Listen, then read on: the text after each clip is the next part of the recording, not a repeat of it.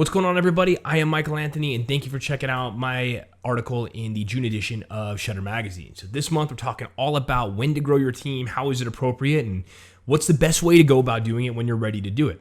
Let's answer the first question. When do you know it's a good time to start growing your photography team?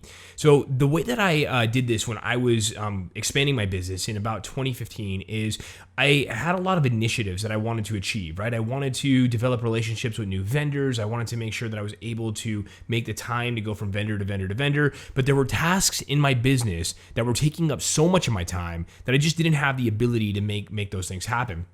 Furthermore, I wasn't able to complete the sales sessions that went along with the actual shooting process because I had more shoots and I had more shoots than I could handle at the time. So I knew when I got too busy and I needed to do those things, it was time to bring somebody on and bring them into my team. Now, I'm not going to say that my first round of trying to find people went perfectly, right? We found employees that were not a great fit in the very beginning. And even to this day, when we hire people, it turns out sometimes that they're not a good employee, right? But we've learned over time certain traits and qualities to look for in people that make them a better fit for your team when you are looking to hire people that are going to help you grow.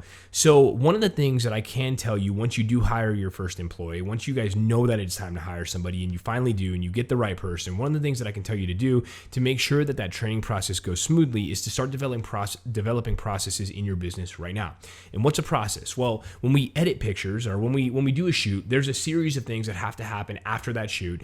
And a process is a document that shows exactly how to deal with those things. So for instance, it might be, how you go about culling a wedding or how you go about sending a wedding off to Evolve. There's a lot of different ways that we make process manuals, but the way that I recommend doing this is to use a note system, something like OneNote or Apple Notes, something that's going to be very easy for you to share with people on your team. You can even make a PDF if that's something you're familiar with doing it, but create a document that you're able to share with people when you're onboarding them so that when you hire somebody and you throw them into their position, they're not asking you every 4 seconds how to complete something. They can just refer to the process manual, and that's going to create consistency, which is going to make things a lot easier for your clients if you're transitioning between employees. Okay. Now, once we have people on our team, then how do we go about retaining them? Well, retaining your employees, and it's really going to start with hiring the right people. And what I mean by that is when you're looking for good employees, you want to look for people who are going to grow with your company, people that have an interest not only in working and just making money, but also have an interest in accomplishing a goal. Now, if you have as a business owner, if you don't have goals for your business, it's going to be hard to find people who share in a collective will of making a business do good, right? You have to have goals. You have to share those goals with your team, and you have to get them involved in the process of achieving those goals. And when you do that, those people are going to want to stay around much longer, and it's going to help you to find people that can be part of your team, part of your family, and grow into a consistent position within your company. So now that we know those things, guys, now we know how to hire people, what traits to look for, and also, how to make process manuals. Let's look at a couple of other things. What are some positions in your business today that you guys, if you were to have somebody taking care of those things, would free up a lot more time? Okay. What you should do is take a list and write down all of the tasks in your business. Okay.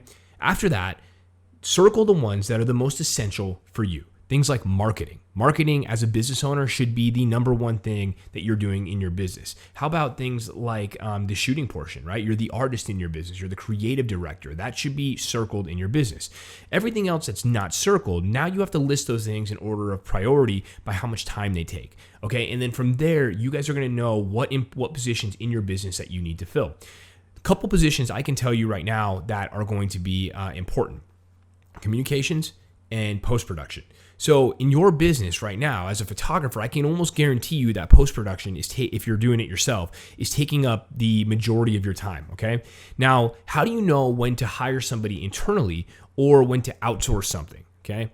There's a couple different options. Now, to this day, we do about 130 weddings a year. We do about 200 to 300 portrait sessions a year. We have a lot of client communication, a lot of clients that we're dealing with all the time. But we've been able to maintain a staff of 3 at max 4 people for the majority of the time that we've been in business. We operate our business extremely efficiently for the amount of work that we take on. And the reason for that is because we've decided that on certain things like post-production, it makes more sense to outsource those things than it does to actually handle them internally.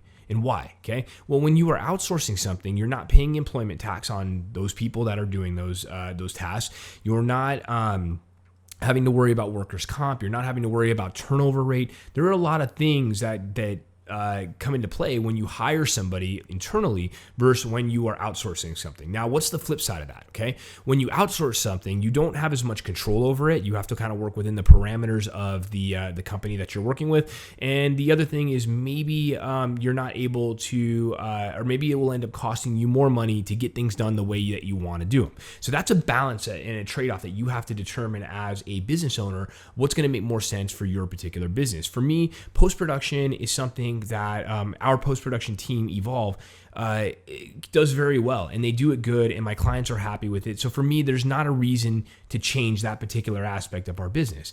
But things like communication, I can't outsource communication. We tried it for a very brief period of time, and it was just a mess, right? The people the VAs that we were hiring didn't understand the processes in our business. They didn't understand how to communicate with your bride and groom. And a lot of times when you're dealing with brides and grooms, because weddings are very emotional events, there's a lot of emotion that goes into an event, a lot of nervousness a couple of weeks prior to the wedding.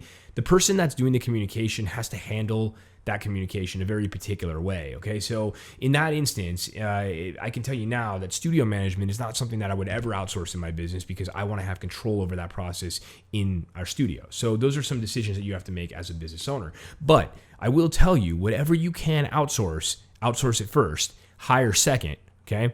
And as a last resort, do things yourself, which I don't recommend, especially if you're trying to scale your business.